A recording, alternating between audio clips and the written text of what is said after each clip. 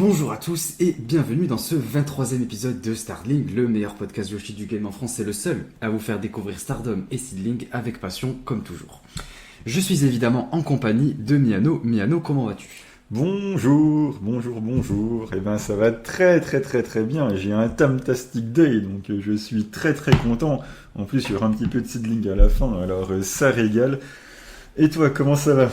Moi ça va pas très bien. Ah. On va en discuter un petit peu après, mais ça a été très compliqué, même pour cet épisode. Je pense que ce ne sera pas la joie de d'habitude que j'ai d'habitude, la passion de d'habitude. Mais on est toujours là, évidemment, pour review ces deux shows que nous allons review. Alors, on va parler de Stardom et de Seedling. Donc voilà, il y aura beaucoup de choses dont on va discuter. Mais on va y revenir un petit peu après. Je voulais juste faire un petit retour sur un petit peu le podcast comme on fait à chaque fois dans l'intro. Déjà dans un premier temps on a sorti lundi pardon, j'avais dit dimanche mais j'ai pas pu le dimanche, j'étais très occupé et tout donc je l'ai posté que lundi. On a sorti la réaction live numéro 9 pour ceux qui sont abonnés au Patreon. Vous pourrez voir ça, c'était une édition spéciale du 5 Star 2020 où on a regardé le Mayu contre Starlight Kid et le Momo contre Azumi. C'était assez fun et ça dure un petit peu plus longtemps que d'habitude, donc j'espère que ça vous plaira. N'hésitez pas à nous faire des retours, à mettre un petit j'aime, mettre des petits commentaires, ça nous fait très plaisir. Puis ça nous permet d'avoir pouvoir savoir où est-ce qu'on peut s'améliorer, voilà, avoir un petit feedback quoi. Et ensuite, comme toujours, comme on vous disait, on continue de travailler sur ce projet qu'on a actuellement. Donc voilà, il y a plein de projets niveau Stardom. J'ai également, pour ceux que ça intéresse, j'ai fait ce magnifique highlight de ce dernier match entre Mina et Sayaka Mitani quand elle a gagné le titre. Je vous invite à aller le voir si vous ne l'avez pas vu. C'était quand même un moment important à immortaliser, donc voilà, allez faire un tour. Et ensuite, on a également un autre projet qui est le prochain débat. On en a parlé sur le Discord, on a fait une annonce en disant que tous ceux qui sont intéressés peuvent se joindre à nous. Vous avez juste à venir, si vous êtes sur le Discord, à nous mentionner dans le salon qui est dédié. Si vous n'êtes pas sur le Discord, rejoignez-nous, comme ça vous pourrez avoir votre chance d'apparaître sur le podcast. Et donc pour l'instant en fait on va décider du participant en faisant un petit quiz, un petit truc comme ça pour que vous puissiez gagner votre opportunité d'apparaître sur le show. Avec comme toujours évidemment la fine équipe de Amré et Pip, toujours on les oublie pas, Nomodo et évidemment des très bons amis. Donc voilà, si jamais ça vous intéresse, on peut vous faire participer, puis c'est notre manière de vous remercier à tous pour tout votre soutien depuis tout ce temps et tout. Donc nous, ça nous fait plaisir de pouvoir vous aider à participer et apparaître sur le show. Et sinon, comme d'habitude, évidemment, merci à tous. Merci à tous d'être constamment présents, d'écouter notre podcast. C'est grâce à vous qu'il s'agrandit de plus en plus. On a de plus en plus de monde qui rejoint, que ce soit le Discord, le podcast ou même qui nous parle sur Twitter et tout. Donc merci à tous, ça nous fait extrêmement plaisir. Et du coup, voilà, je pense que c'est une très bonne manière de commencer cet épisode, comme toujours en vous remerciant. En plus, avec Miano, on est actuellement ensemble pour record cet épisode, donc je pense que ça risque d'être un petit peu plus fun que d'habitude même. Donc voilà, je pense que c'est tout pour cette intro. Et on va terminer comme toujours en remerciant tous ceux qui sont abonnés au Patreon, car comme toujours, évidemment, c'est grâce à vous que le podcast continue d'exister et qu'on peut continuer de vous proposer du contenu de plus en plus de qualité comme toujours. Donc merci aux 10 abonnés que sont Pip, Corwin, Amri, Psycho, Roi Lord, Guillaume, Yanis, Julien, Miburo et Melchiok. Donc merci à vous 10 encore une fois. Ça nous touche beaucoup. Et voilà, préparez-vous pour la suite, puisqu'il y a du très très lourd qui va arriver sur ces prochains mois. Je vous prépare également quelque chose pour le Patreon, ceux qui sont abonnés au plus haut tir, au plus haut niveau d'abonnement. Donc voilà, merci à tous et j'espère que tout notre travail vous plaira quand on vous le proposera. Écoutez, on passe sans plus tarder à la partie Stardom. C'est parti.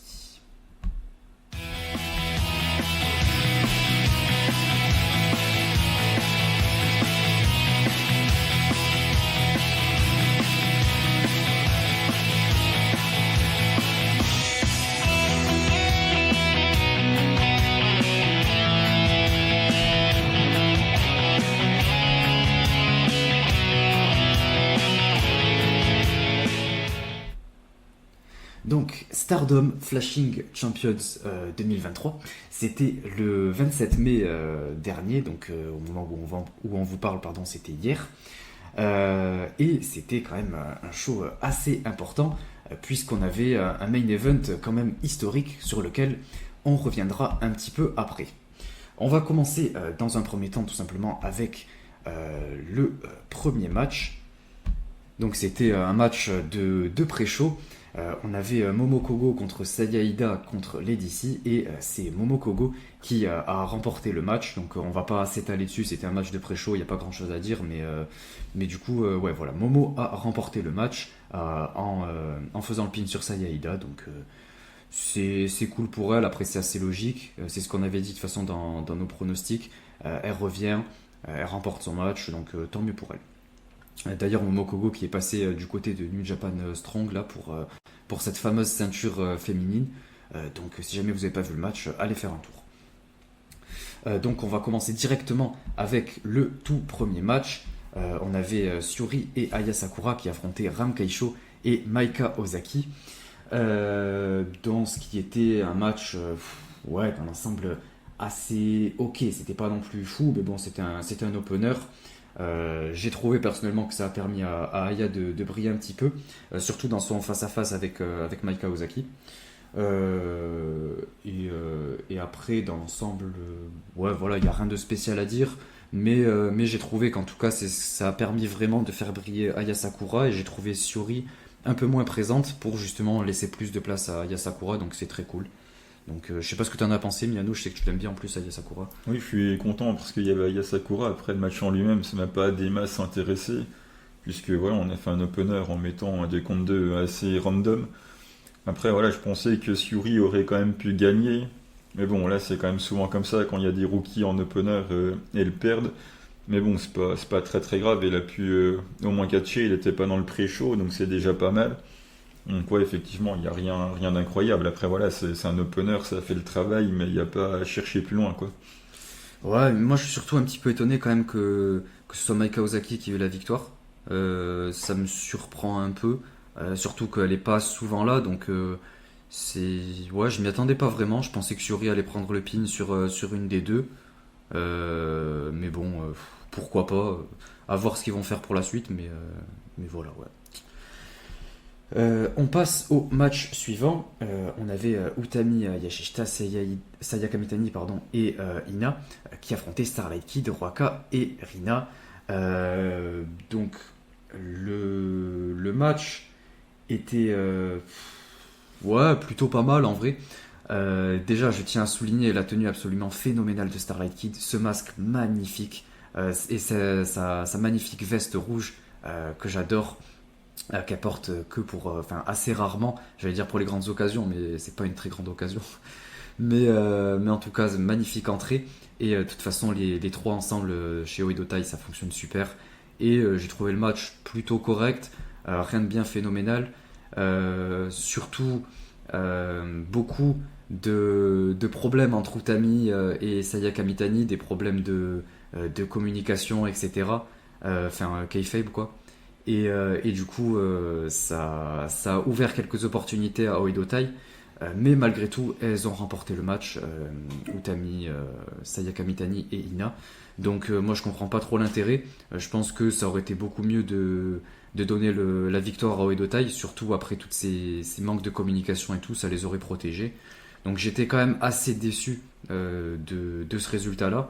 Mais le match dans l'ensemble était correct, puisque quand même j'aime beaucoup les trois du côté de Oedo Tai, donc je passe un bon moment. Ouais, après j'avais 50% raison sur mon prono, j'avais dit embrouille de Saya et de Utami, et du coup victoire de Oedo Tai. Bon, j'avais faux sur la fin. Après, sur le moment, effectivement, vu qu'on a vu le show ensemble, on a un peu ragé en disant, mais voilà, ils s'embrouillent pour au final quand même gagner.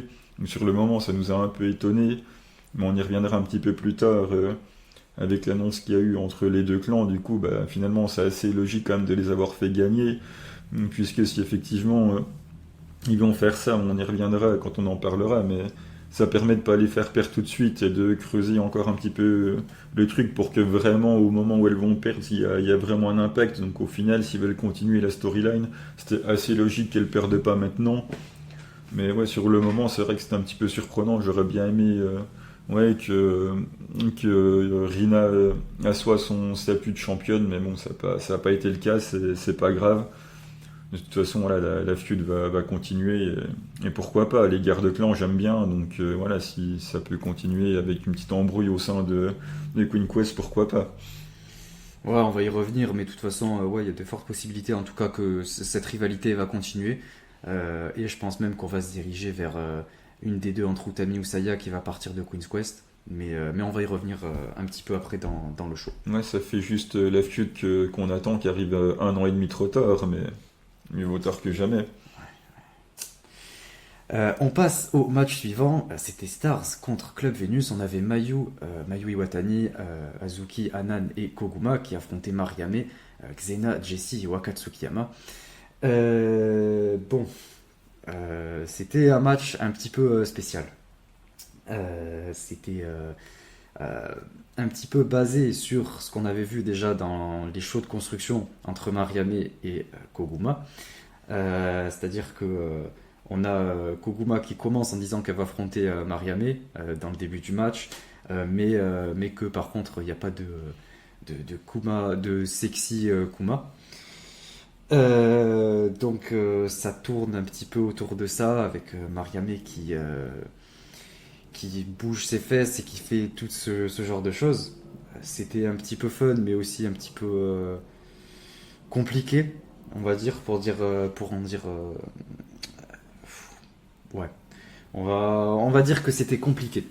Mais c'était assez fun et même si j'ai un petit peu de mal avec ça, quand même, j'aime beaucoup Mariame, je la trouve assez à l'aise dans le ring et c'est un petit peu basé sur un côté comédie qui parfois tend à être un petit peu grotesque, mais ça reste malgré tout ok. Et puis en plus dans le ring, je la trouve très douée, Mariame, donc c'est pour ça que je trouve dommage de la limiter à seulement son physique.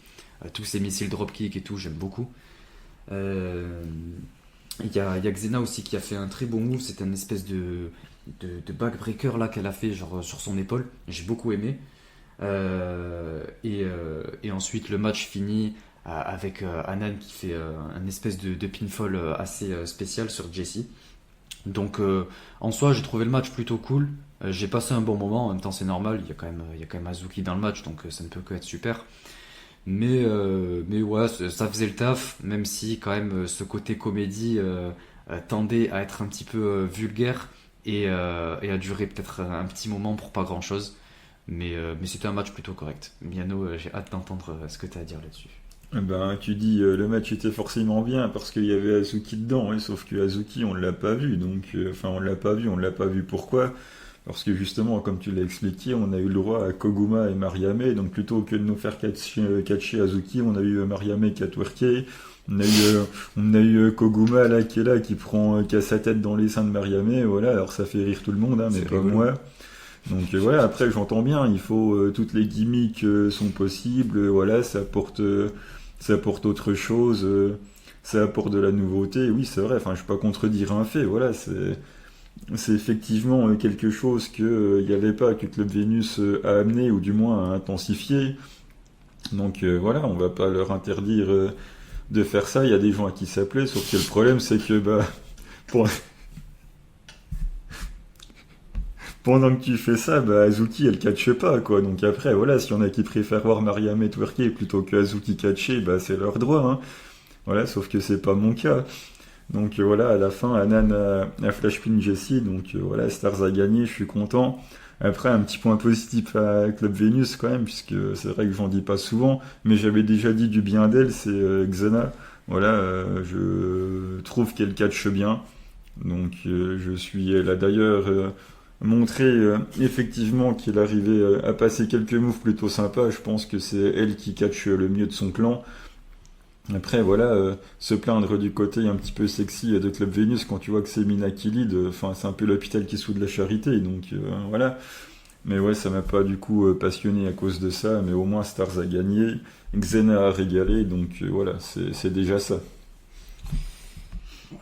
Mais écoute, on va pas s'attarder plus là-dessus. Je propose qu'on passe au match suivant. C'était un match 3 contre 3. On avait du coup l'équipe de Suzuki Meisera et Maika qui affrontait l'équipe de Nanae Takahashi, Hanako et Yuna Mizumori. Euh, Que dire, que dire, que dire. C'était assez compliqué. Le teamwork Suzume et Maika, j'ai trouvé ça terrible. Enfin, en tout cas, en termes de communication, d'alchimie, ça allait pas vraiment. Maika était beaucoup en retard et les trois manquaient de communication en général. Hanako, c'est toujours pas ça dans le ring. Je suis désolé, mais j'en dis pas du bien. Mais en même temps, dans le ring, c'est pas bien. Donc, faut dire les choses. Il n'y a pas de charisme, il n'y a pas de moveset, il n'y a pas d'émotion, c'est vide. Euh, il n'y a pas grand chose quoi. Et ensuite, on a un petit move Maika, Suzu et Mei là qu'elles font vers la fin à 3. C'est botché. Donc, c'était pas facile à regarder ce match parce que pourtant j'aime beaucoup Suzu. Je commence à apprécier de plus en plus Mei. Et pourtant, ben, j'ai été quand même assez un petit peu déçu de ce match-là. Et encore plus sur la fin, qui était. Je sais pas où est-ce qu'on est allé nous chercher ça. Mais terminé sur un dropkick. Un dropkick. Enfin, je veux dire, elles viennent de faire un move à 3 qui est censé. Ça avait l'étoffe d'un finish à 3 quoi. Elles auraient pu finir là-dessus, elles finissent sur un dropkick, quoi. Enfin, genre, je ne vois absolument pas l'intérêt. Et puis, un dropkick, enfin. Voilà, j'ai eu beaucoup de mal. Il y avait moyen de finir avec un finish classique, un truc simple. Maika aurait pu faire sa superplex. Mais d'ailleurs, Maika qu'on a très peu vu du match, elle était quand même assez absente, et tant mieux. Mais Mei a régalé. Suzu aussi, en même temps c'est Suzu. Que du bien de Suzu. Mais le match voilà, était assez compliqué à regarder. Mais j'ai rien de plus à dire à part que voilà, j'ai pas beaucoup aimé. Bah, au moins, il y avait la légende dans le match. C'était déjà ça. D'ailleurs, c'était ça assez marrant parce que 30 secondes avant, je prédisais les moves qu'elle faisait. Ça c'est vrai en plus. Je confirme. C'est dire à quel point je connais parfaitement ce que la légende peut proposer dans le ring. Après, ouais, effectivement, c'était pas trop ça. Il y a eu quand même pas mal de botches de communication un petit peu aléatoires qui ont fini sur un dropkick, quoi, comme tu l'as dit. Alors, encore, ça aurait été un dropkick de Hanako sur Mei Shizuki. Bon, tu te dis, au vu du rapport poids-puissance, ça va. Mais que ça finisse sur un dropkick de Meisera sur Hanako qui doit lui mettre 25 cm et quelques kilos, enfin, je veux dire, c'est encore moins crédible, quoi. Donc, c'est pas possible. Surtout que Meisera, il fait son super blockbuster en prenant appui sur les cordes. Le move, il est super joli. En plus, il était bien exécuté. Et voilà, tu pouvais finir là-dessus, quoi. Et non, on a fini sur un dropkick. Enfin, le dropkick, ok, Hanako, c'est une rookie, mais le dropkick dans n'importe quel Fed Indie au fin fond du Shinkiba devant 80 personnes, c'est le move des rookies. C'est je cours à gauche, dropkick, je cours à droite, dropkick, je cours en avant, dropkick, et ça jamais pine personne, quoi. Donc, et c'est au bout d'une minute 30 de match. Donc voilà, finir là-dessus, ouais, c'est vrai que c'était quand même surprenant. Mais bon, au moins, ça a mis un terme à ça. Et voilà quoi, c'est après l'équipe qu'on avait prévue a bien gagné, mais ouais, tout était assez étrange quoi. Ouais, ouais, un match vraiment très étrange et j'espère en tout cas que l'équipe Maika, Suzu et Mei, ça va s'améliorer puisque elles ont notamment un autre match là contre Tam, Natsupoi et Saori bientôt. Donc j'espère qu'en tout cas ça va s'améliorer entre les trois et qu'elles vont travailler leur alchimie. Mais voilà, hâte de voir la suite pour L3. On passe au match suivant, c'était le match pour le titre High Speed. On avait Azumi qui défendait contre Saki Kashima et Fukigen Death. Et déjà il y a Fukigen, donc c'est génial. comme toujours, elle m'amuse beaucoup, elle me régale. Ça fait plaisir qu'elle soit dans le match, ça fait plaisir de la voir de temps en temps. Elle apparaît pas souvent et à chaque fois qu'elle apparaît, ben, c'est magnifique. Donc voilà, la légende Fukigen. Euh, je tiens quand même un petit peu à souligner, c'est un petit peu triste, mais la pauvre Azumi qui botche son crossbody à l'extérieur. Dès le début du match, elle part pour faire son crossbody, la duo de la troisième, et elle glisse, et la pauvre, elle s'éclate le ventre contre le tendeur du ring là. Donc j'ai eu très peur pour elle, mais heureusement apparemment elle s'est pas fait mal, enfin pas tant que ça, et elle a pu continuer le match, donc c'était nickel. Il y a eu beaucoup, le match a beaucoup tourné autour d'enchaînements de différents roll-up et tout. C'était assez fun. On a eu des trucs techniques un petit peu intéressants au vu de comment ils retournaient l'épine et tout. C'était plutôt cool. Mais ce qui m'a un petit peu dérangé, c'était Azumi qui se dégage du Kishikaisei. C'est quand même censé être une prise qu'on protège beaucoup et qui est inattendue. Donc que Azumi s'en dégage comme ça m'a un petit peu gêné. Et ensuite Azumi a fait son Azumi Sushi et Saki s'en est dégagé. Donc ça aussi ça m'a un petit peu énervé parce que se dégager des prises de finition, ben, c'est pas quelque chose que j'apprécie. À part peut-être dans des gros matchs en main event qui en valent vraiment le coup, etc. Mais là c'était pas nécessaire du tout. Et je trouve que ça décrédibilise un peu ses moves. Et ensuite, le match finit avec Saki qui envoie Fukigen, non Azumi pardon, à l'extérieur. Mais c'est qu'elle tient Fukigen en la poussant sur Azumi, quoi, qui tombe à l'extérieur du coup. Et elle fait un roll-up sur Fukigen Death. Donc voilà, le match termine là-dessus. Saki remporte le titre. Mais elle le remporte pas avec son Kishikaisei. Donc j'ai trouvé ça très dommage de passer à côté de ça. Mais bon, en soi, le match était plutôt correct, comme je l'ai dit, un petit peu technique et tout, avec du high speed qui est très bon, loin de celui de Seedling, donc évidemment c'était correct. Et le match dans l'ensemble était plutôt ok. Ouais, mais là on compare la comparable aussi. On peut pas comparer les matchs high speed dans les deux fêtes qui n'ont pas le même but. Après, effectivement, moi je suis super content de voir Saki avec le titre. Ça doit faire quoi, 3 ans qu'on se connaît? Ça fait 3 ans que je te dis que j'ai envie de voir Saki flashpin tout le roster avec le titre high speed. Donc voilà, j'ai enfin ce que j'attendais.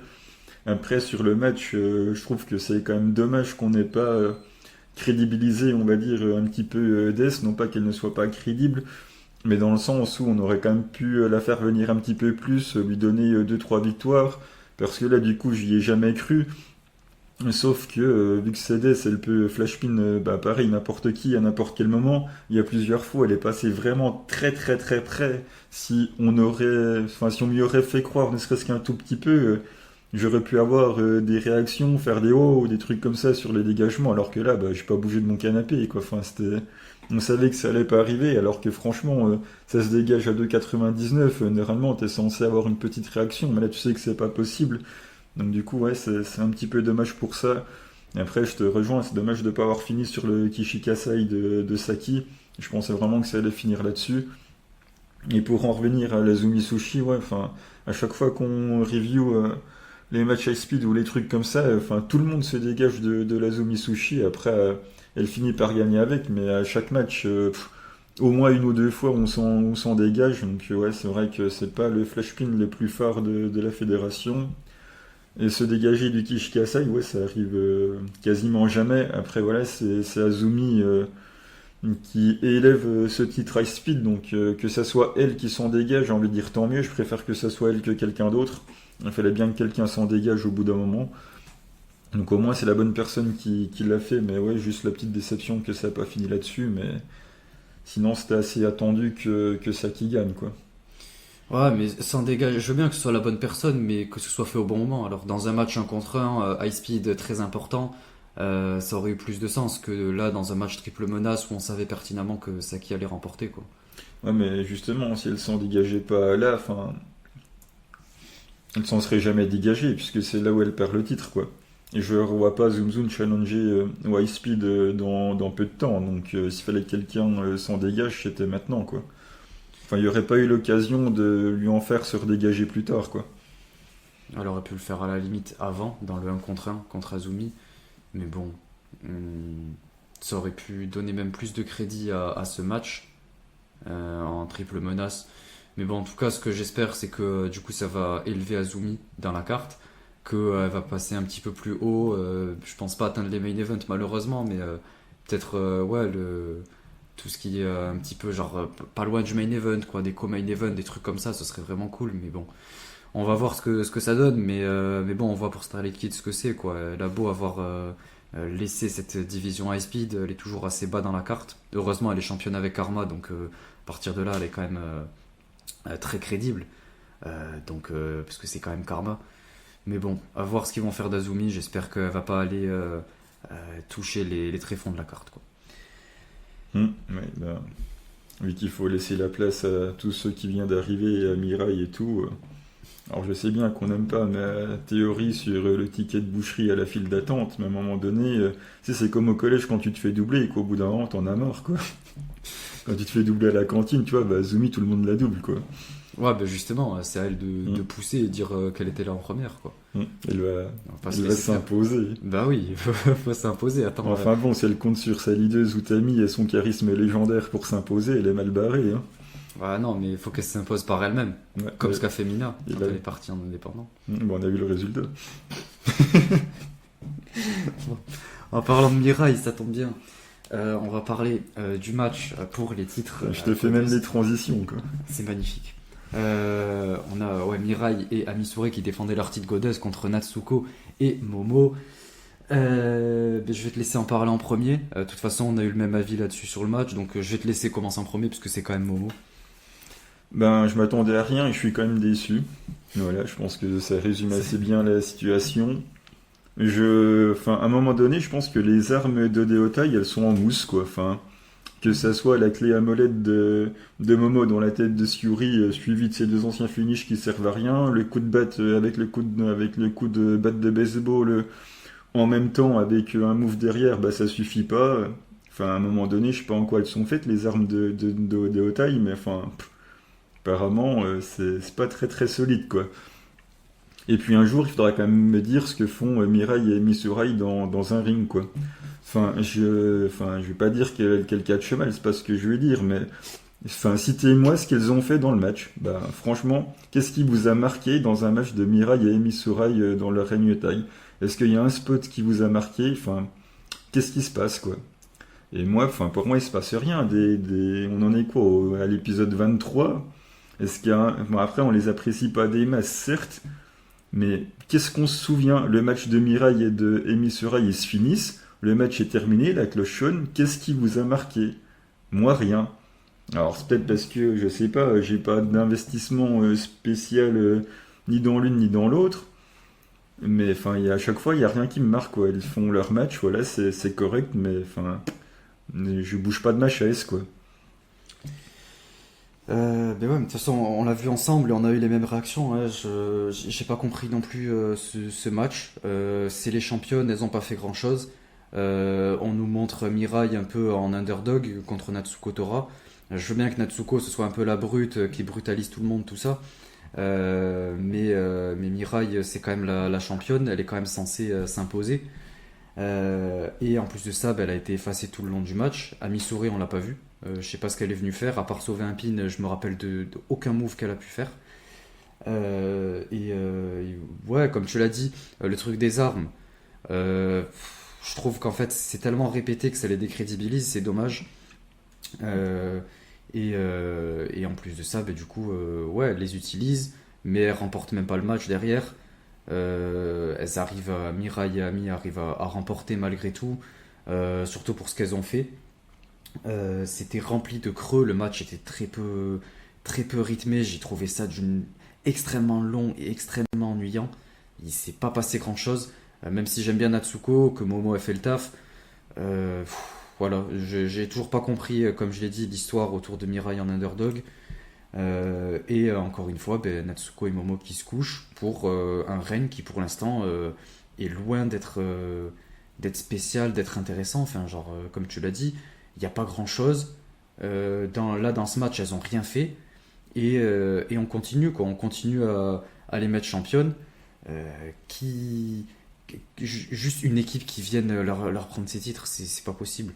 on retire des titres à des personnes qui le méritent. Euh, on y reviendra après.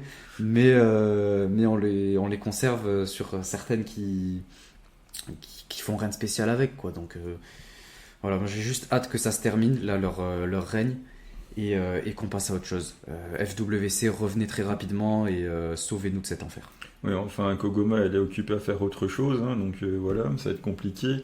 Et juste aussi pour quand même préciser à quel point les armes de Deotai sont inefficaces, c'est qu'en plus de ça, parce qu'on a quand même poussé le truc jusqu'au bout, distraction de Starlight Kid, coup de boîte, la boîte était là, t'as même oublié d'en parler tellement tu t'ennuyais devant le match.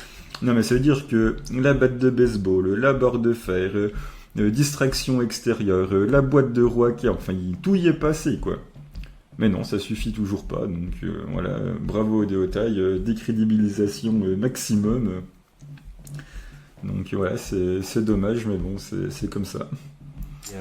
Et ensuite, à la fin du match, on a une petite promo pour nous dire que c'est Tuo et Dotai qui challenge Queen's Quest pour nous dire qu'elles veulent un match. Je crois que du coup, c'est un match en cage, de ce que j'ai pu comprendre, 6 contre 6. Donc, à voir ce que ça va donner. En tout cas, c'est quand même assez hypant pour la suite, même si je suis pas fan des 6 contre 6. Mais on met Starlight Kid dans un match en cage. Moi, je dis allons-y, quoi, parce que ça va être absolument magnifique. J'attends le moonsault du haut de la cage. Mais en tout cas, je pense que oui, ça va amener ensuite, comme on le disait, vers la rivalité un petit peu Utami Sayaka qui va arriver à son apogée, à mon avis. Mais le match risque sûrement d'être extrêmement bon. Et voilà, on va voir ce que ça donne. Pour l'instant, on n'a pas trouvé de traduction exacte de ce qui a été dit. Nulle part, ni même sur le compte de Stardom ou sur les comptes qu'on peut trouver d'habitude qui traduisent tout ça. Donc on n'a pas toutes les infos officielles. Le show en plus n'est pas encore sorti sur Stardom World avec les traductions, donc pour l'instant on n'a pas grand chose. Mais de ce qu'on sait, ce sera un match en cage, en 6 contre 6, donc voilà, à voir ce que ça peut donner. Ouais, bah ça sent les embrouilles de toute façon, donc du coup, bah, ça voudrait potentiellement dire que Odeotai devrait le gagner. Enfin, on y reviendra, on fera les pronos et tout, mais ça devrait être une victoire d'Odeotai. Après, on va avoir le 5 star qui va arriver, et peut-être que Utami et Saya s'affronteront pour une place en finale ou quelque chose comme ça. Bref, il y a des chances que ça traîne un petit peu en longueur, mais bon, s'il y a des gros enjeux comme ça qui arrivent, ça peut être une bonne idée. Donc, à voir. En tout cas, c'est bien une petite guerre au sein d'un clan ou voilà, un affrontement 6 contre 6, c'est toujours plaisant. Donc, ouais, on va voir ça avec plaisir. Oui, évidemment. On passe au match suivant. On avait les titres artistes qui étaient défendus par Kairi Natsupoi et Saori Anou contre Julia, Mai Sakurai et Tekla. C'était pareil, c'était un match compliqué, même très ennuyeux, extrêmement ennuyeux et dans l'ensemble pas mauvais, mais en fait en termes d'appréciation que j'ai trouvé mauvais, en tout cas, enfin dans le sens que j'ai pas été investi dedans. Après, évidemment, dans le ring, c'est correct, c'est toutes des très bonnes catcheuses, mais pourtant, j'ai trouvé qu'elles nous ont sorti un match assez décevant. Je me suis ennuyé, j'ai trouvé Mai et Natsupoi assez effacés. On a eu un moment aussi où Saori a été absente pendant 5 bonnes minutes. J'ai dit à Miano, mais elle est passée où Saori Anou? Parce que ça fait 5 minutes on la voit plus. Et à ce moment-là, elle est revenue d'ailleurs. Donc après 5-7 minutes en dehors du ring à rien faire, elle est revenue.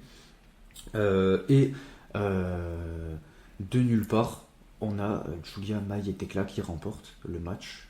Alors pourquoi? Faut qu'on m'explique pourquoi elles ont été championnes. Kairi, enfin Restart là. Pourquoi elles ont gagné ces titres si c'est pour faire ça. Je comprends pas. J'imagine que peut-être que c'est relié au fait que Kairi, voilà, elle est pas présente souvent, donc il fallait qu'elle le perde. Mais du coup, quel est l'intérêt de leur faire gagner ces titres? Je comprends pas spécialement. Et puis voilà, on se passera jamais de Julia sans une ceinture visiblement. Donc ça va continuer. C'est cool pour Mai, c'est cool pour Tekla, parce que Tekla avait rien et Mai, il fallait lui donner une petite ceinture quand même. Donc c'est sympa pour elle. J'espère que Julia va permettre de les faire briller et qu'elle va pas essayer de briller à leur place, quoi, qu'elle va essayer de les élever à travers son star power. Donc ça peut être sympa pour la suite, hein, mais c'est juste qu'en fait je suis extrêmement déçu de faire gagner des titres et les faire perdre très peu après, surtout pour une équipe comme ça. Mais je pense que ouais, c'était pour indirectement relier Saori et Natsupoi, enfin mettre Saori dans Cosmic Angels. Donc on ne sait pas si Kairi va disparaître, peut-être elle va revenir quand elle a envie.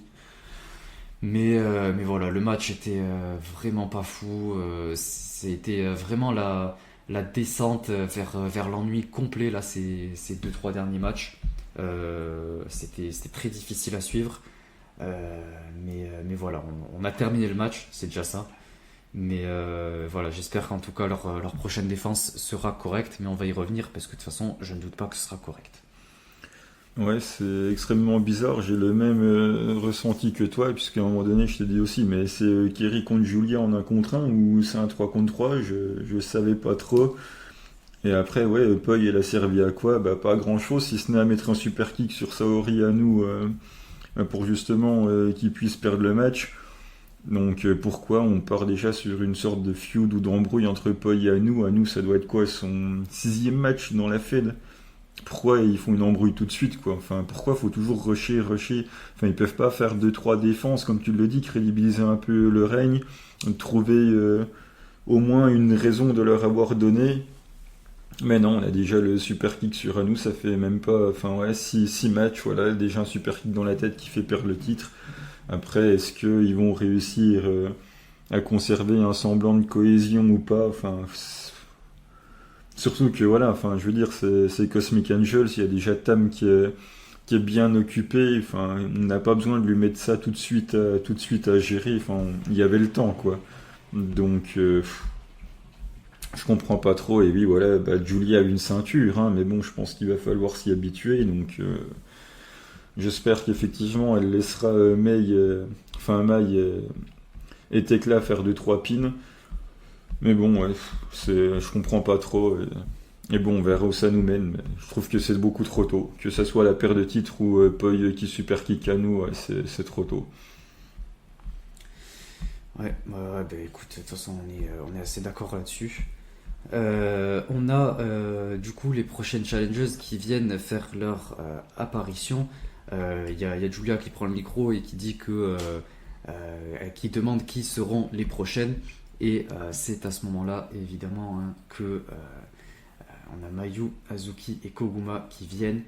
Donc voilà, encore une fois, Azuki qui vient en première défense pour jobber, pour s'allonger, pour se coucher. C'est la classique, hein, c'est soit Azuki, soit Momo. De toute façon, on en a l'habitude. Et moi, ça m'énerve. Parce que bon, Azuki, elle est censée quand même avoir un titre, c'est la moindre des choses pour une catcheuse aussi douée qu'elle. Et je continuerai de le répéter. Mais voilà, j'en ai marre en fait. Après, évidemment, hein, je pense que ça va continuer avec la rivalité Azuki et Julia, là, qu'on va voir ce face-à-face, notamment avec tout ce qui s'était passé là dans le 5 Star l'année dernière, leur espèce de rivalité où c'était très intense. Mais, euh, mais voilà, il y en a marre que Azuki elle se couche. Je pense que Koguma va prendre le pin, mais de toute façon on va y revenir quand on fera les pronostics, hein, mais voilà, je suis extrêmement déçu. Mais dans tous les cas, je pense que ce sera un super match, puisqu'on a quand même Mayu et Azuki qui sont présents du côté de Stars, donc ça risque d'être extrêmement bon. Et voilà, j'ai hâte de voir ce que va proposer Azuki dans ce prochain match. Surtout que Stars envoie quand même la grosse armée, c'est les trois premières du clan. Julia sera accompagnée quand même de Mai et Tekla, c'est pas non plus. Ouais, c'est pas Maika dans la hiérarchie clan, donc techniquement sur le papier, Stars est censé être favori, mais ouais, on a l'habitude de voir Azuki se coucher, et à mon avis, ouais, ça fera pas exception. Ouais. Surtout en première défense, c'est ça le truc, sinon on aurait pu y croire. Après, Atman a l'air d'apprécier les changements de titre assez courts en ce moment, donc on n'est pas à l'abri d'une surprise, mais. J'espère, mais j'y crois absolument pas. Mm. Et on passe au main event. Un main event qui se veut quand même historique. Ça veut tamtastique même. On avait Tam Nakano qui défendait sa ceinture World contre Mina Shirakawa qui défendait sa ceinture Wonder. Donc on avait les deux titres qui étaient en jeu. Et on a eu droit à ce à quoi on s'attendait, c'est-à-dire un match classique de main event chez Stardom, donc avec le fameux spot sur la rampe, avec la bagarre à l'extérieur au bout de 3 minutes de match. C'est-à-dire qu'en fait, euh, le match commence, on est à 2 minutes de match, Tam elle passe en espèce de violet shooting là. Voilà, Mina tombe à l'extérieur et on part à l'extérieur avec le fameux spot de la rampe. Donc voilà, c'est pénible en fait. Je comprends pas pourquoi on commence aussi rapidement. On aurait pu commencer tranquillement avec du chain, essayer de se jauger et tout, surtout pour un match comme ça. Mais non, directement épique, etc. Donc c'est pénible à force parce qu'on s'y attend. On a eu quand même quelques éléments de storytelling en rapport avec leur précédent match qui avait été pour la Wonder quand Tam avait défendu. Notamment cette espèce d'échange là où elles sont assises l'une face à l'autre et que Mina là, met ses coups de pied dans le visage de Tam. C'était assez cool de rappeler ce moment-là, quand elle était venue d'ailleurs en Bloody Angel, là, quel moment. C'était un match qui avait été très controversé, enfin, qui avait même très peu été apprécié. Même de mon côté, j'avais eu beaucoup de mal, puisque Mina avait été très peu présente dans le match. Enfin, en tout cas, Tam lui avait laissé très peu d'opportunités et avait beaucoup nocel. Donc, mais c'était un match malgré tout qui était assez important et assez spécial, et elles nous l'ont retransmis à travers ce match-là. On a eu beaucoup de callbacks. On a eu aussi Mina qui a fait son DDT de la troisième. Comme toujours, ce spot que j'aime beaucoup, je le trouve très bien. Mais ensuite, c'est là que c'est parti un petit peu dans tous les sens, puisque, comme j'ai dit, c'est un main event. Donc, qu'est-ce qui s'est passé? Les finishes, on s'en dégage. Mina apporte son finish qui, de base, je le rappelle quand même, était extrêmement protégé. Elle le sortait une fois de temps en temps pour les gros matchs, genre une fois tous les 3 mois au début. Puis, c'est devenu son finish. Puis elle l'a amélioré en faisant le truc où elle tient la jambe justement pour mieux stabiliser. Et la Tam en fait s'en dégage. Donc déjà elle s'en dégage une fois, je veux bien, mais elle s'en dégage 2 fois en fait. Donc c'est pas possible. Et j'ai pas du tout aimé. On a aussi encore une fois avec le truc des callbacks là, le moment où elles se tiennent la main et elles s'échangent des forearms, qui pareil un petit clin d'œil à leur match pour le titre Wonder. Mais voilà, on nous raconte des trucs qui s'étaient passés avant, donc c'est sympa, mais en fait il y a cette dimension épique qui n'était pas spécialement nécessaire. Il y avait juste besoin de nous construire un truc autour de leur alchimie, de leur amitié et tout ça, des rêves Kamina et de la volonté de Tam de vouloir être la ace de la Fed. Il n'y avait pas besoin, comme toujours, de se taper ces spots sur la rampe avec tous ces trucs inutiles. Et ensuite, j'en viens du coup à la conclusion de ce match où Tam du coup porte à la suite là ses 2 finishes et remporte le match. Donc c'est quelque chose qui m'a extrêmement énervé. J'ai eu une réaction d'agacement pour en dire très peu. Mais voilà, moi ça m'énerve en fait que Mina elle perde au bout de 30 jours de règne. C'était pareil pour le titre futur, même si c'était pour d'autres raisons, que soi-disant ça allait faire 3 ans, elle aurait pu le rendre vacant et elle aurait pu avoir 30 jours de règne déjà, pas 13. Mais là en fait on lui donne le titre pour 30 jours et moi ça m'énerve, on lui fait pas confiance, on lui donne des grandes victoires, mais pour faire une défense, en plus contre Natsupoi, super. Après je comprends et j'étais le premier à le dire, hein, que je voulais pas qu'elle ait un long règne parce que ça servait à rien. Mais 2-3 mois ça suffisait. On aurait pu lui faire 2-3 défenses, mais non, voilà, encore une fois, on lui fait pas confiance. Alors que, comme je l'ai dit, c'est quelqu'un qui a énormément progressé, qui a les émotions, qui a le star power, c'est absolument une superstar. Quand elle rentre dans le ring, c'est absolument incroyable. Elle a une entrée phénoménale. Elle a tout ce qu'il faut, mais non, on veut pas lui laisser cette chance-là et ça m'énerve. Donc voilà, je pense qu'elle va retourner dans les tréfonds de la carte jusqu'à avoir une prochaine opportunité dans un an ou deux. Donc voilà, c'est du classique booking de Mina, on lui donne un gros moment et après on l'oublie.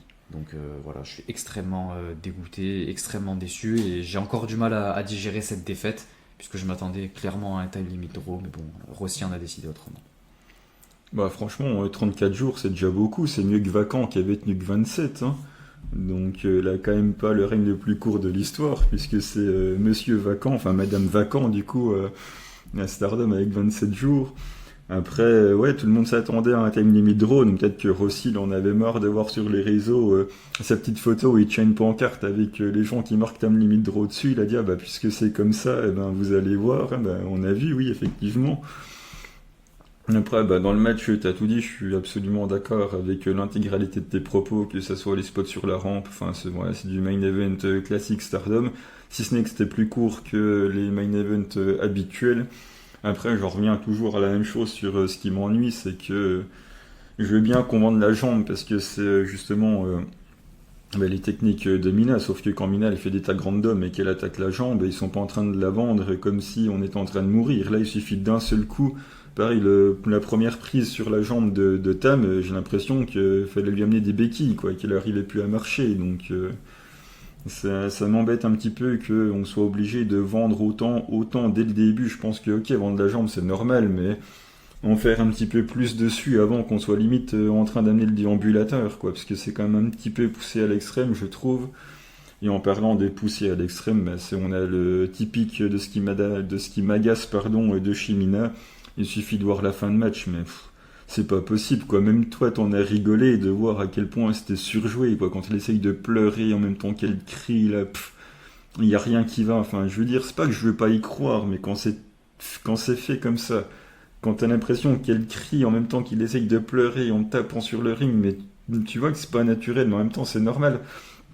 Elle est obligée d'essayer de jouer ce rôle-là, et quand t'essayes justement de forcer ce type d'émotion, de tristesse et de colère en même temps, et que t'en fais des tonnes, et que t'essayes de crier comme ça en rajoutant mais des kilomètres, à un moment donné, ça se voit. Et ouais, même sur le Discord, j'en ai aussi parlé avec certains d'entre vous. Et même vous, ouais, vous avez dit, bah ouais, enfin, j'ai eu un sourire devant, quoi. C'est que, justement, c'est qu'il y a un problème. On n'est pas censé sourire, on est censé être dégoûté pour elle. Mais c'est tellement exagéré que limite ça nous fait rire, quoi. Et du coup, bah, c'est clairement pas l'émotion qu'on est censé avoir. On est censé être dégoûté pour elle, mais c'est tellement excessif. Et même après la conférence de presse dans les vestiaires, enfin, c'est pas une conférence de presse, mais quand elle en parle dans les vestiaires, là, mais c'est pareil, c'est des tonnes et des tonnes. C'est tellement beaucoup que même nous, on en sourit, quoi. Moi, j'en souris parce que forcément, ben, ça me fait rire, parce que voilà, ça m'aime bien, et du coup, il est deck, donc ça me fait rire, parce que voilà, parce que je suis méchant. Mais pour ceux qui l'apprécient, et que même eux, ça les fait sourire tellement ça en fait des tonnes, c'est que, ouais, c'est un petit peu trop exagéré, c'est dommage. J'aimerais qu'elle arrive à calmer un petit peu ses émotions, même si c'est son point fort, mais tomber dans l'excès, ça provoque l'effet inverse, je trouve, donc... Voilà, après, pour partir sur autre chose, contrairement à toi, je suis moins pessimiste pour son avenir. Je pense que ça va pas Je pense qu'elle va pas s'arrêter ici. Je la vois faire un très très gros 5 star, limite candidate crédible pour le gagner, puisqu'il va falloir que quelqu'un aille chercher Tam Nakano, du coup. Et ça fait un moment qu'on dit, contrairement aux années précédentes, on n'a aucune idée de qui peut le gagner. J'ai toujours aucune idée de qui peut le gagner. Et vu la douille que vient de prendre Mina, pour moi ça en fait quelqu'un de très crédible en tout cas pour aller au moins challenger Tam. Après il faudrait qu'elle gagne le 5 star. Donc c'est loin d'être fait. Mais en tout cas si elle ne le gagne pas, je pense qu'elle en passera pas loin. Parce que là elle est quand même leaduse de clan, elle vient de perdre la Wonder. Chez Club Venus, bah, de toute façon, je pense qu'il n'y a personne qui peut être capable d'aller chercher un titre solo. Donc si on veut que le clan il tienne encore un petit peu debout, on est quasiment dans l'obligation de faire un gros 5 star à Mina. Alors clairement ça m'enchante pas, hein, je pense que vous vous en doutez. Mais je pense que si j'analyse assez froidement la chose, il n'y aura pas le choix. Enfin, si on veut crédibiliser un peu le truc, il faut que Mina fasse un gros 5 star, quoi. Moi j'ai vraiment du mal à voir ça. Je pense très peu que ça va arriver. J'y crois très peu, surtout quand on a des star power telles que les main eventers actuelles ou celles qu'on veut pusher, comme notamment des Maika ou des catcheuses comme ça. Je pense que elle c'est l'avenir. Donc je pense que ce sera plus pour des catcheuses comme ça. Je pense vraiment que Mina, pour l'instant c'est terminé pendant quelques mois, voire années. Et pour revenir sur le côté émotion, évidemment c'était un petit peu exagéré, je veux bien te l'accorder. Mais une chose que je veux pas qu'on confonde, c'est exagéré et faux, parce que c'est quand même loin d'être faux, puisque c'est quelque chose qui lui tient énormément à cœur. Et donc, elle a essayé de montrer ça, mais en voulant rendre ce côté épique là, comme toujours, et du coup, ça marche très peu. Enfin, c'était un petit peu exagéré, je veux bien te l'accorder. Mais en tout cas, c'est quelque chose qui lui tient à cœur. Et donc, elle est sincèrement dégoûtée, je pense, au plus profond d'elle, tout comme je le suis également. Mais, mais j'espère qu'en tout cas, voilà, ça va partir sur autre chose, qu'elle va avoir quelque chose, lui donner un petit quelque chose. Et puis voilà quoi. Genre, en tout cas, je suis vraiment déçu, extrêmement. Miano, on a vu ma réaction, vous avez vu ma réaction sur les réseaux sociaux. Voilà, je m'attendais vraiment à ce que ce soit plus long et au final, on l'a pas. Donc voilà, on continue avec le fait de ne pas faire confiance.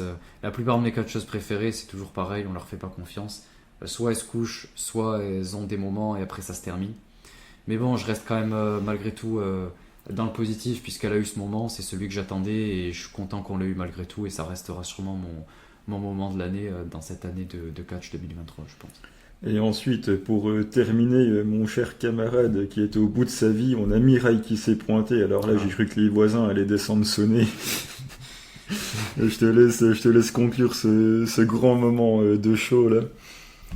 En fait, on a Mirai qui vient pour challenger Tam, la double championne. Donc, elle nous dit que. Enfin, il y a Tam qui nous dit que. Qu'elle a traversé beaucoup de batailles, etc. dans sa vie, et que du coup, elle serait capable de battre Mirai. Et,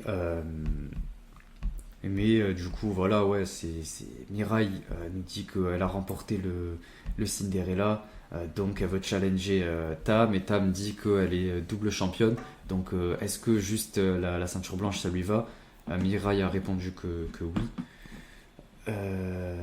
Donc voilà, on va voir ce que ça donne. Mais je suis extrêmement déçu. Surtout qu'en plus on passe du coup à côté, comme je l'avais dit, d'un Mirai Mina, alors qu'il y a quand même beaucoup d'histoires entre les deux, beaucoup d'histoires personnelles hors kayfabe. Mais pas de la manière dont on pense, justement, c'est parce qu'elles s'apprécient beaucoup, elles ont grandi ensemble en quelque sorte. Depuis la TGP, elles se sont retrouvées chez Stardom et tout, donc elles se sont affrontées au Cinderella 2021. Donc voilà, c'est quand même quelque chose. Et j'aurais aimé qu'on ait ce match et que ce soit Mirai qui remporte, ouais. Ouais, je le dis. J'aurais aimé que ce soit Mirai qui remporte le titre Wonder, qu'il le prenne à Mina en tout cas, mais bon, tant pis. En tout cas, je pense que c'est un petit peu normal aussi pour Tam d'avoir ce moment-là. C'est juste qu'en fait, je sois dégoûté que ce soit après 30 jours de règne de Mina. Mais Tam, évidemment, mérite d'avoir ces deux titres en même temps. Et je pense que c'est pour marquer le coup pour sa carrière et permettre pour elle de passer à autre chose. Parce que je pense qu'on s'approche de la fin de la carrière de Tam, très sincèrement. Donc je pense qu'elle aura ce grand moment et qu'elle va finir là-dessus sa carrière. Même si ça ne m'enchante pas, parce que quand même, je l'aime bien malgré tout. C'est une excellente catcheuse. Et tout ce qu'elle m'a proposé jusqu'à cette année, l'année dernière, j'étais énormément investi dedans. Donc j'espère qu'en tout cas ça marque pas la fin de sa carrière. Mais je suis quand même content malgré tout pour elle. Et voilà, je vais pas lui cracher dessus. Donc voilà, on termine là-dessus. Et voilà, malgré tout de la déception pour ce show en général. Je sais pas ce que tu en as pensé toi, mais personnellement j'ai été déçu dans la globalité du show, pas juste pour le main event. Je m'attendais à beaucoup plus, beaucoup mieux. Et c'était juste ok quoi. Ben ouais, ça m'a pas emballé des masses non plus, pour être tout à fait honnête. Donc ouais, il n'y a aucun match, je me dis, celui-là, il avait vraiment au-dessus, quoi. Déjà, c'était long, mais bon, ça, on a l'habitude. Mais ouais, c'était assez random, quoi. Donc écoutez, c'est tout pour cette partie Stardom. On passe maintenant à la partie seedling. C'est parti.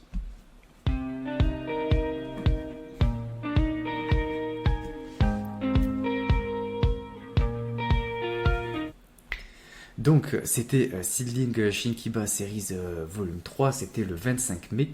Je vais laisser Miyano vous en parler, vous expliquer tout ça. Et moi, je réagirai, je vous donnerai mon ressenti personnel en l'ayant regardé. Eh bien, on va faire comme d'habitude, on va faire ça match par match. Donc, le premier était Léon contre Kakeru Sekiguchi.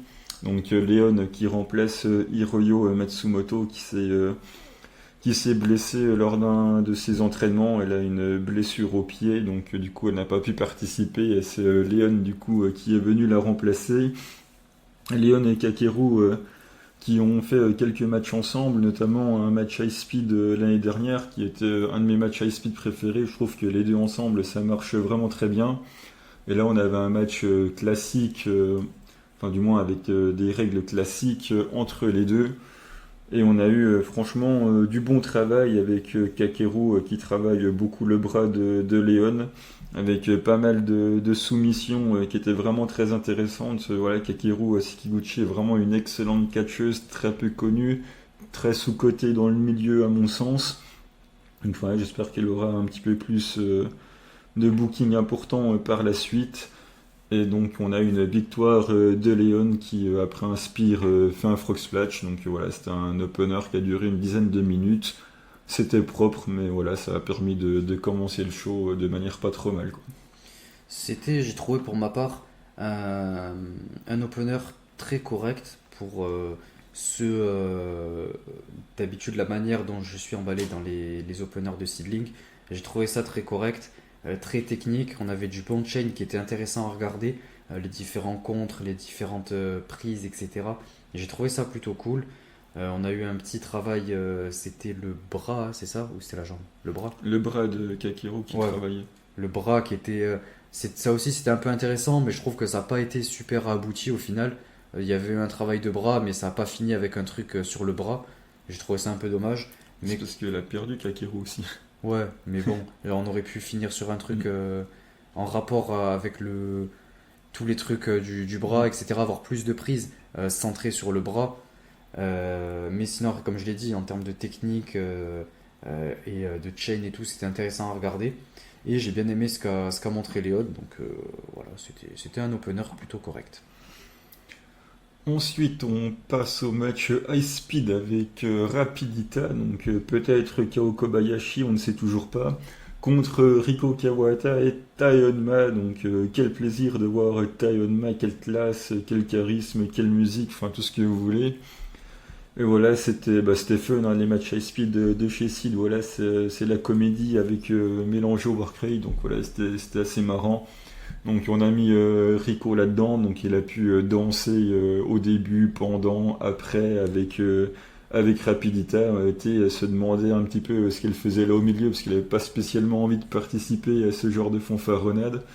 Donc voilà, c'était assez marrant. Natsuki a fait deux trois trucs rigolos, un petit peu comme d'habitude. Donc ouais, c'était très cool. Rico a perdu en première, elle s'est fait pin par les deux en même temps. Ensuite, on a eu du coup le 1 contre 1 entre Taiyonma et Rapidita. Rapidita a fini par gagner. J'espère que c'était pas un one-shot pour Taiyonma qui est déjà venu quelques fois. Elle avait déjà fait 3 matchs high speed, je crois que c'était en 2020. Ouais, la date exacte, je sais plus. Elle avait gagné les 3, donc voilà, elle vient de temps en temps. J'espère que Natsuki aura la bonne idée de la rebooker assez vite, parce que franchement, elle est super. Donc voilà, l'histoire en soi n'a pas spécialement avancé, puisque Rapidita n'a pas été démasqué, même si pendant le match, Kao Kobayashi, n'importe quoi, puisque pendant le match, Tai Honma a dit que en fait c'était KO, donc voilà, peut-être que Tai Honma fera équipe dans le futur avec Kakeru Sekiguchi qui est la seule à douter de son identité. Je ne sais pas, en tout cas ça me plairait, ça serait intéressant, mais voilà, je sais pas ce qui va se passer par la suite, mais ouais, c'est toujours sympa. Personnellement, j'ai trouvé le match quand même assez long. C'était fun, c'était cool. Il y avait Rapidita qui régale. Le truc avec les danses et tout, c'était plutôt cool, mais j'ai trouvé ça assez long. Même si en fait c'était correct dans le ring, mais c'était long et beaucoup de choses un petit peu qui n'étaient pas spécialement nécessaires, qui auraient pu être retirées et rendre le match un peu plus court et plus intéressant du coup. Mais sinon, ça va quoi. Enfin, il y avait Rapidita, donc j'ai passé un bon moment malgré tout, on va dire. Ensuite, match tag, la jeune génération toujours contre l'ancienne avec Itsuki Aoki associé à Misa Kagura contre Arisa Nakajima et Ryo Mizunami. Voilà, Ryo Mizunami, ça régale, c'est le divertissement incarné, que ce soit à l'entrée ou sur le ring, la manière de contrôler le public et tout, enfin c'est parfait. Elle a eu dans le match les moments avec Misa Kagura qui était plutôt sympa, Misa Kagura qui est toujours aussi une babyface absolument excellente. Voilà, il arrive à ce qu'on s'investisse derrière elle assez facilement de par son attitude sur le ring, donc c'est plutôt cool. Et à la fin du match, on a Itsuki Aoki qui met deux clotheslines à Arisa Nakajima, elle fait le tomber sur la deuxième, Arisa se dégage à 3,1, voilà, compte de 3 à la cloche sonne. Donc voilà, Arisa n'est pas non plus décrédibilisée énormément, elle s'est juste dégagée un petit peu trop tard. Elle a fait son petit sourire en coin d'ailleurs, comme d'habitude. Et donc on a enfin Itsuki Aoki qui challenge Arisa Nakajima. Ça fait au moins 6 mois qu'elle tourne autour. Finaliste du tournoi l'année dernière quand le titre était vacant après la blessure. Itsuki Aoki, elle va en finale, elle perd. Ensuite, elle voulait challenger en début d'année, elle monte sur le ring, elle va pour challenger, il y a Ayami Sasamura qui arrive, elle la pousse, elle la fout dehors, c'est Ayami qui a piqué sa place. Donc ça fait bien 6 mois que Itsuki Aoki tourne autour. Donc ça y est, elle va avoir sa chance. Le match sera au prochain show, c'est-à-dire le 28. Donc voilà, le 28 janvier, février, mars, avril, mai. Le 28 juin, voilà, donc le 28 juin, on aura Itsuki Aoki contre Arisa Nakajima. Il y a très peu de chances qu'elle gagne, on y reviendra dans la preview. Mais voilà, elle aura son moment, elle aura un match important. Ça fait aussi plaisir que des catcheuses qui sont bookées énormément un petit peu partout ne soient pas que là pour boucher les trous et à leur moment. Donc voilà, elle va avoir son title shot et c'est sympa pour elle. Alors perso, j'ai trouvé que le match était vraiment extrêmement long. Je me suis vraiment ennuyé devant le match. Je m'étais rarement autant ennuyé devant un match, très sincèrement. Non pas que c'était mauvais, mais il y avait très peu de rythme. C'était d'un ennui terrible. J'avais juste hâte que le match se termine en tout cas. J'ai trouvé que, comme j'ai dit, ouais, il n'y avait pas de rythme, ça manquait d'intensité, c'était creux, c'était plat. Et voilà, c'est tout ce que j'aime pas en fait dans Seedling. Je trouve que en général, ça manque de rythme. C'est très peu dynamique, c'est très long entre chaque move et tout. Donc voilà, j'ai pas passé un super moment. Le match était pas mauvais dans le ring, mais il y avait rien de spécial. J'ai trouvé ça beaucoup trop long et j'étais juste content que le match se termine. Après, on va voir pour Itsuki Aoki, ça m'emballe pas des masses qu'elle challenge. Je suis pas son plus grand fan, je la trouve pas super dans le ring, c'est ok, mais sans plus. Donc ça me hype pas des masses. Le seul truc qui est bien, c'est que c'est une challengeuse un peu de transition qui change un peu de d'habitude. Enfin, c'est-à-dire que c'est pas la catcheuse qu'on voit très souvent en main event. Donc là, ça arrive, ça lui donne une opportunité. Et j'aime bien ce genre de scénario. Donc à voir ce que ça va donner, mais en tout cas, ça me hype pas du tout, quoi. Enfin, je préfère être honnête. Ensuite, on a la préparation au match par équipe qui aura lieu le 26 du coup, donc le 28 pardon. Oui, c'est bien le 28, donc le match de préparation au titre tag, ça sera la revanche donc, entre les Twin Berries, Riko Kaijua, Ayami Sasamura et Asuka et Makoto. On rappelle rapidement que les 4 sont dans le même clan. Donc là on commence le co-main event avec Asuka contre Riko Kaiju. Donc l'histoire est extrêmement simple, hein. C'est l'underdog du clan contre sa leaduse. Donc voilà, la leaduse Hill en plus qui ne vend rien du tout, qui lui dit bah vas-y montre-moi tout ce que t'as. Et on a Riko qui fait le maximum pour s'en sortir et Asuka qui est détestable à souhait, qui l'humilie presque sur le ring. Et on a voilà, Riko qui donne tout en plus assez rapidement. Elle saigne abondamment en dehors du ring. On a le spot voilà, que la Sego fait très souvent en balançant les chaises dans la tête. Donc voilà, Riko du coup est en sang. Ça rappelle bien évidemment le match par équipe pour le titre qu'elles ont eu l'année dernière où Ayame et Riko avaient fini en sang. Donc voilà, ça rajoute de la dramaturgie dans l'underdog de Riko Kaiju, qui est toujours aussi excellente. D'ailleurs, je m'étais pas encore aperçu qu'elle arrivait à vendre aussi bien les moves, elle scelle extrêmement bien.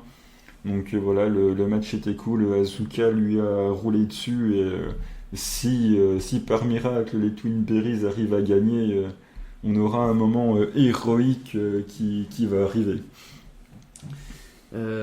C'était le seul match que j'ai bien apprécié de toute cette carte. Que j'ai beaucoup aimé le travail de Riko Kaiju. J'ai bien aimé ce qu'elle a apporté dans le ring. Elle a eu un travail d'underdog très très bon. Et Asuka, j'ai beau ne pas l'aimer, il faut reconnaître que son travail en heel work, etc., c'était très intéressant et très bon. Je ne l'aime toujours pas, hein, évidemment, mais en tout cas, elle a réussi à me faire la détester encore plus, et cette fois un peu plus de manière kayfabe, quoi. Enfin, c'était pas juste parce que je la déteste, c'était vraiment parce elle était douée pour en plus rendre over Rico. Après, on a eu ce fameux spot là de la chaise où Rico finit en sang, et ça, j'en suis très peu fan. C'est absolument pas nécessaire. En fait, elle lui a jeté une chaise dans la gueule qu'elle a pris littéralement, ouais, dans le front, et elle finit avec le front en sang.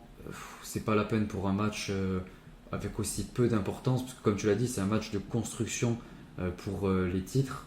Donc je veux bien que ce soit important, qu'elle soit dans le même clan, etc., que ce soit un truc spécial, mais c'était pas non plus un main event extrêmement important avec une rivalité qui est à son paroxysme en termes de haine contre les deux. Donc là, c'était juste comme ça, jeté à la gueule, et j'ai pas du tout aimé. J'aime très peu ce genre de spot comme ça. Mais sinon, après, ça va, comme j'ai dit, j'en dis du positif de ce match. Et c'est le match que j'ai le plus apprécié de cette carte. Donc voilà, c'est celui que je recommanderais le plus d'aller voir. Et ensuite, on arrive au main evento avec Ayame Sasamura, du coup, qui fait face à Makoto. Donc, j'avais annoncé que je pronostiquais un 1-1 du coup entre les deux. Asuka avait gagné, tout se passait comme prévu. Et là, encore une fois, Sidling arrive à me surprendre dans son booking. Ils ont fait gagner Makoto, donc 2-0 pour Makoto et Asuka, qui sont vraiment intouchables. Je le répète, épisode après épisode, personne ne peut aller les chercher. C'est aussi pour ça qu'elles n'ont pas défendu le titre en 2023. Elles n'ont pas défendu le titre, mais en même temps, il n'y a personne qui peut aller les chercher. Elles font que gagner. Elles sont construites immensément phares. Là, elles gagnent 2-0. Et c'est pour ça que j'insiste bien que si jamais les Twin Berries elles gagnent, mais ça va être le feu dans le Shinjuku. Ça va être incroyable. Enfin, tout est parfait, quoi. Les deux leaders qui sont imprenables, les deux petites sœurs jumelles là, qui sont dans le clan, qui tentent leur chance, elles n'y arrivent pas. Leurs leaders font que gagner, et là elles se prennent un 2-0. Enfin, si elles gagnent, mais ça va être dingue. Et même si elles perdent, ça m'ira, parce que même si elles perdent, ça va être incroyable. C'est-à-dire qu'elles vont encore échouer. On aura l'impression que ce sera Mayu Yoshirai et qu'il faudra 3000 tentatives, quoi. Donc, enfin, tout me va. Même si je m'y attendais pas, ça me va encore mieux que ce que je voulais. Donc, c'est parfait. Au niveau du match, Ayame, elle rigole tout le temps. Je sais pas pourquoi, mais elle a le pouvoir de faire sourire les gens. C'est dingue. Elle arrive avec ses deux petites couettes avec la musique. Enfin, obligé, on sourit. Enfin, on est obligé d'être derrière elle. Je sais pas comment elle fait, mais en tout cas, elle a au moins ce talent-là que finalement, sans faire grand-chose, on a envie de s'investir derrière elle. Et Makoto, Makoto du classique Makoto, toujours aussi détestable. Souhait, elle le fait tellement bien, à l'image de son Hillwork quand elle met un coup de pied dans les cordes quand l'adversaire est coincé dedans. Et en gros, l'histoire du match est assez simple, c'était les souplexes d'Ayame Sasamura contre les kicks de Makoto. Donc Makoto qui a mis des gros kicks et qui ensuite finit avec son finish pour la victoire. Donc voilà, victoire de Makoto, et les championnes sont en haut de la liste là. Ouais, alors moi j'étais beaucoup moins emballé par ce match. Déjà, il y avait Makoto, donc ça aide pas, mais il y a beaucoup de choses qui m'allaient pas dans ce match. Encore une fois, le problème de manque de rythme, de dynamique, etc. Il y avait rien. Enfin, c'était vraiment compliqué à suivre, surtout en plus avec Makoto qui facilite pas la tâche, puisque c'est d'une lenteur extrême. Et heureusement, il y avait Ayame qui quand même se débrouille assez bien. Mais Mais le truc là avec les kicks de Makoto, c'est pas possible, hein. C'est claque et cuisse à chaque kick qu'elle passe. Je le disais à Miyano quand on regardait le show, c'est juste pas possible en fait de faire ça. Ça décrédibilise tous les kicks qu'elle fait. C'est même un problème en général dans le catch que je trouve. C'est-à-dire qu'à chaque fois qu'il y a des kicks, on les claque. C'est pas, enfin, je vois pas l'intérêt, ça décrédibilise tout le reste.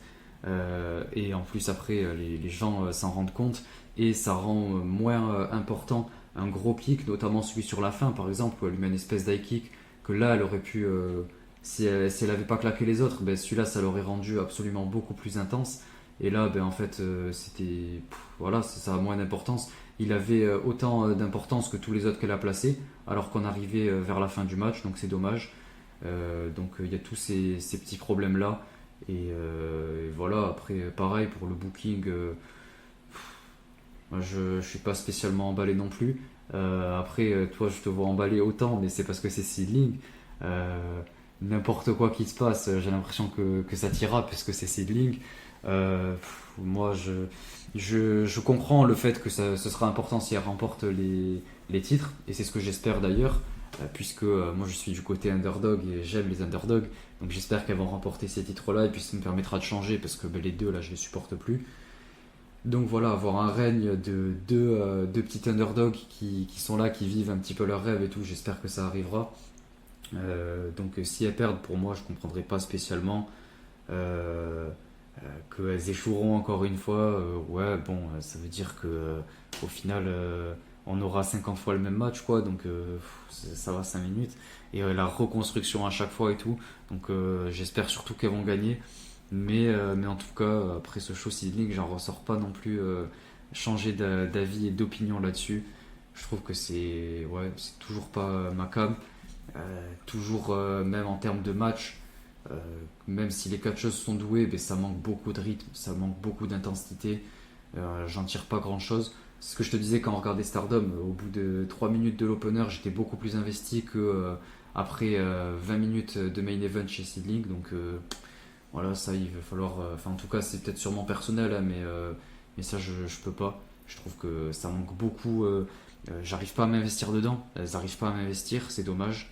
Avec plus d'intensité, j'y arriverai plus. Et avec moins de lenteur de la part de Makoto aussi.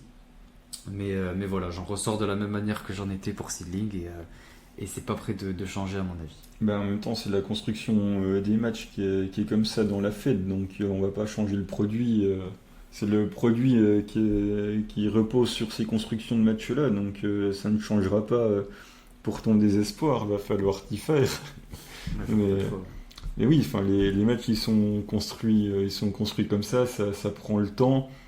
Donc c'est une manière c'est une manière d'orienter ton produit, ça plaît ou ça plaît pas. Après c'est la liberté de chacun. Et après voilà, en fin de show, on a du coup Makoto et Asuka qui font une promo avec du coup les sœurs jumelles qui arrivent, qui montent sur le tablier avec Riko Kaiju qui a une serviette autour de la tête et son bloc de glace là, c'est assez rigolo. Et ouais, du coup, elles repartent chacune de leur côté. Et du coup, voilà, ça reste le même clan, hein, puisque de toute façon, Ayame, elle est venue avec la veste de la Sego. Donc voilà, il n'y a pas de signe que ça va split. Donc on va voir ce qui va se passer. Peut-être un split de la Sego ou pas. Pour l'instant, on n'a pas encore suffisamment d'éléments pour en juger. Mais justement, le fait que le doute peut s'installer fait que justement il y a des choses à creuser et ça risque d'être fort intéressant en tout cas. Ouais, bon, en tout cas, moi ce que j'en retiens, c'est que t'étais pas aussi amusé quand Mina avait sa ceinture, sa serviette autour de la tête. Alors que pourtant c'était à peu près pareil. Ouais, mais c'est quand même, il y a quand même des différences majeures et c'est pas toi qui vas contredire ça. Ah, c'est sûr que ben, Mina c'était beaucoup mieux. En plus, elle en a fait toute une gimmick et tout. D'ailleurs, Quelle créativité. Riko Kaiju passe pas son temps à faire ouin-ouin même avec un œuf de Pâques qu'elles feront ensemble. D'ailleurs, il y en a d'autres qui devraient s'en inspirer, hein. Les autres, c'est des émotions. C'est avec le cœur qu'elle parle. Alors que bon, pour faire des dropkicks, faudra m'expliquer où est le cœur. Bah, je sais pas, tu demanderas à Meisera. Elle a remporté ses matchs avec. Donc...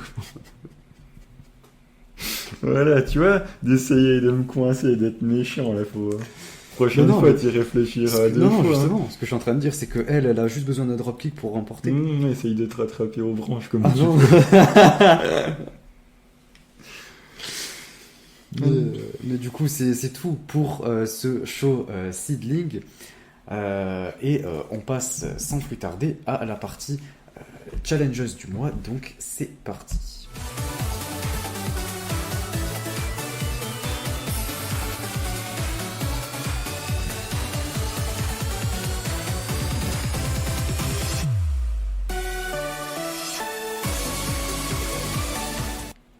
Donc, la challengeuse du mois, donc comme toujours, je rappelle le concept. On choisit une catcheuse qui va challenger dans une de nos promotions respectives. Et du coup, on recommande un match de sa part à chaque épisode jusqu'à ce qu'elle ait son opportunité pour le titre auquel elle a challengé. Pour ma part, j'ai choisi évidemment sans aucun doute Azuki qui challenge pour les artistes. Donc je vais pouvoir un petit peu vous recommander les meilleurs matchs de sa carrière, donc j'en suis super content. Et pour ça, je vais commencer tout simplement avec son match évidemment contre Arisa pour le Rain Wonder de Arisa qui était absolument magnifique. C'était sa troisième défense à Arisa. C'était en juillet. Non, août, ouais, c'était Stardom World Big Summer. C'était un match génial, extrêmement intense, extrêmement bon. Il se passe énormément de choses et c'est super bon dans le ring, vraiment. C'est un de mes matchs préférés de l'histoire de Stardom et de la carrière d'Azuki, du coup, et même de celle d'Arisa.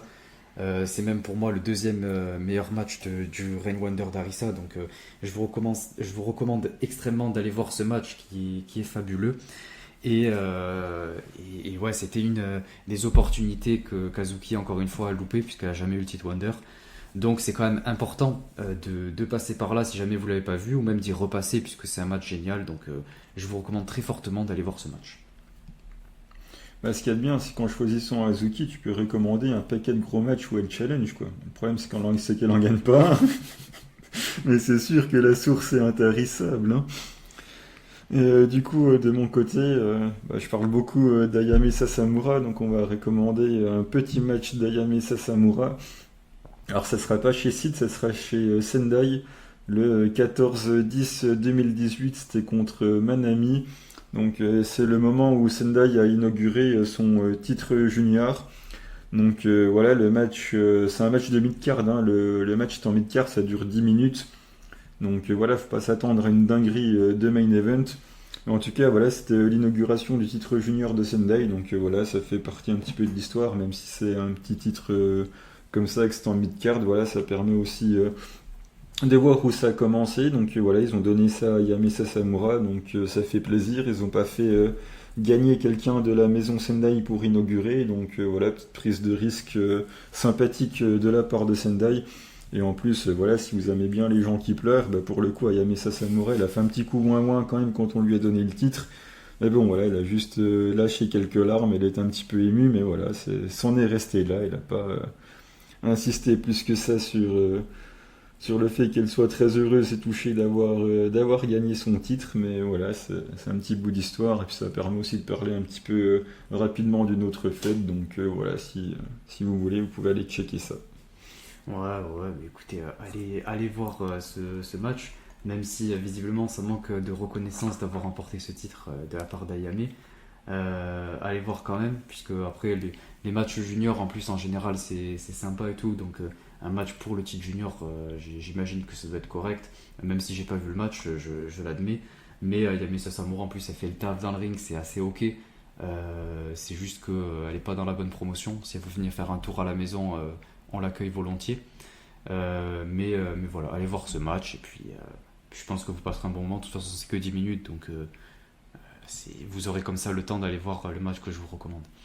Ouais, après, faut juste garder à l'esprit que 2018, Ayame, elle venait quasiment de commencer, donc c'était pas la Ayame d'aujourd'hui non plus, quoi. Ah, mais écoutez, n'allez pas voir ce match alors. Ouais, allez-y quand même. Écoutez, c'est tout pour cet épisode, ce 23e épisode. J'espère que ça vous aura plu. Encore une fois, sur le Discord, n'hésitez pas à nous dire si jamais vous voulez faire participer à ce débat là qu'on va faire très bientôt sur YouTube. N'hésitez pas, rejoignez le Discord si vous n'êtes pas encore, ou alors mentionnez-nous sur le Discord pour ceux qui y sont. Et nous, on a hâte de vous présenter ça. On a vu que vous étiez très hypé par l'idée.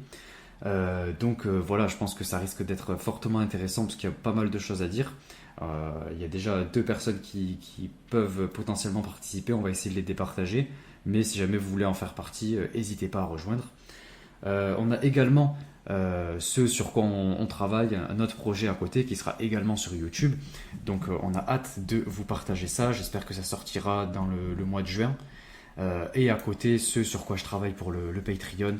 Donc voilà, il y a pas mal de choses qui vont arriver avant le début de cet été. Avant juillet, j'espère que vous aurez ces 3 gros trucs. Donc voilà, nous on va faire le maximum comme d'habitude pour que ça sorte rapidement et que ce soit de qualité puisque c'est notre motivation principale. On veut proposer de la qualité, quelque chose qui est unique en France et je trouve que pour l'instant on le fait très bien. Donc merci à vous tous puisque c'est grâce à vous. Et voilà, donc n'hésitez pas à partager cet épisode, n'hésitez pas à nous faire des retours. Et nous, on se dit au prochain épisode. Ciao tout le monde. Have a fantastic day.